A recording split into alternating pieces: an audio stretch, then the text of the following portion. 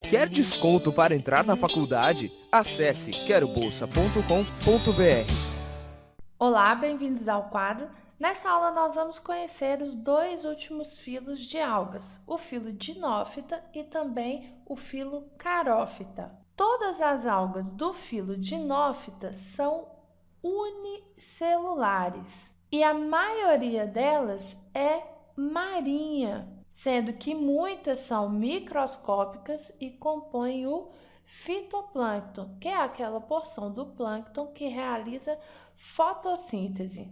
Essas algas têm uma característica muito especial, que é a presença de dois flagelos. Um flagelo transversal, que é esse que eu desenhei aqui para vocês, que parece que está enrolado em torno da alga, e o outro longitudinal, que é esse segundo flagelo. E é justamente a presença desses dois flagelos que caracteriza o movimento dessas algas. E é esse tipo de movimento que dá o nome ao filo dinófita, porque dinos significa rodopiar, ou seja, essas algas se movimentam rodopiando pelo ambiente. E essa estrutura que eu desenhei para vocês em azul mais claro é chamada de lórica. A lórica é formada por placas de celulose que formam uma espécie de armadura que protegem essa célula. E em alguns casos, essa lórica também acumula a sílica, o dióxido de silício. E qual é o material de reserva energética dos dinoflagelados? Os dinoflagelados armazenam o amido e eles têm duas formas de nutrição. Quais são essas formas?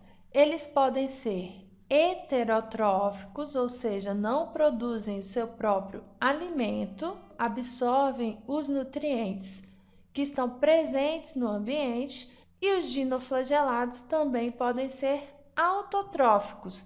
Nesse caso, os autotróficos possuem cloroplastos e podem realizar a fotossíntese. E existe uma associação entre dinoflagelados e outros animais que é muito interessante.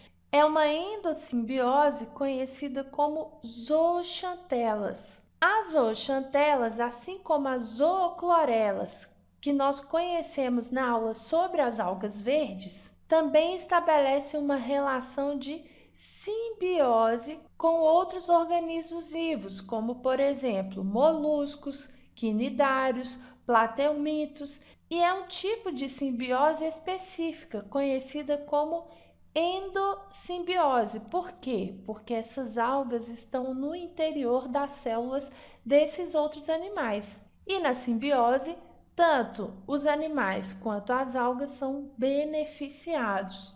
Além disso, o que eu posso acrescentar sobre os dinoflagelados é que eles são responsáveis por dois fenômenos muito interessantes. O primeiro é chamado de bioluminescência marinha. Na bioluminescência marinha, alguns dinoflagelados, como por exemplo do gênero Noctiluca, emitem uma tênue luz esverdeada. E isso acontece com o movimento das ondas. Então, é possível visualizar esse fenômeno de bioluminescência por causa da presença de dinoflagelados no fitoplâncton. Além disso, um outro fenômeno que também é de responsabilidade de dinoflagelados é a maré vermelha. A maré vermelha acontece por causa de uma multiplicação excessiva desse tipo de alga no mar. E qual é o problema da maré vermelha? Essas algas produzem uma substância que é tóxica, e essas substâncias tóxicas matam peixes e outros animais marinhos e eventualmente pode intoxicar pessoas. Então, em regiões onde há maré vermelha, deve-se evitar o contato na época em que esse fenômeno ocorre. E para terminar, nós vamos falar sobre o filo carófita. As carofícias são algas multicelulares encontradas em água doce, geralmente fixas ao fundo, estando aí submersas, e o talo dessas algas carofíceas é bem característico, porque ele possui estruturas que são parecidas com nós e entre nós. Na parede celular dessas algas pode haver acúmulo de carbonato de cálcio, o que vai dar a essas algas um aspecto bem áspero e petrificado. E, além da clorofila A, essas algas também possuem a clorofila B, e como material de reserva energética, assim como as algas verdes, as carofíceas armazenam o amido. Um gênero de carofícia muito comum no Brasil é o gênero Nitella. Bom, pessoal, eu espero que vocês tenham gostado dessas aulas que caracterizaram os diversos filos de algas. A partir da próxima aula, nós vamos conhecer um pouco sobre a reprodução das algas. Não percam e até lá!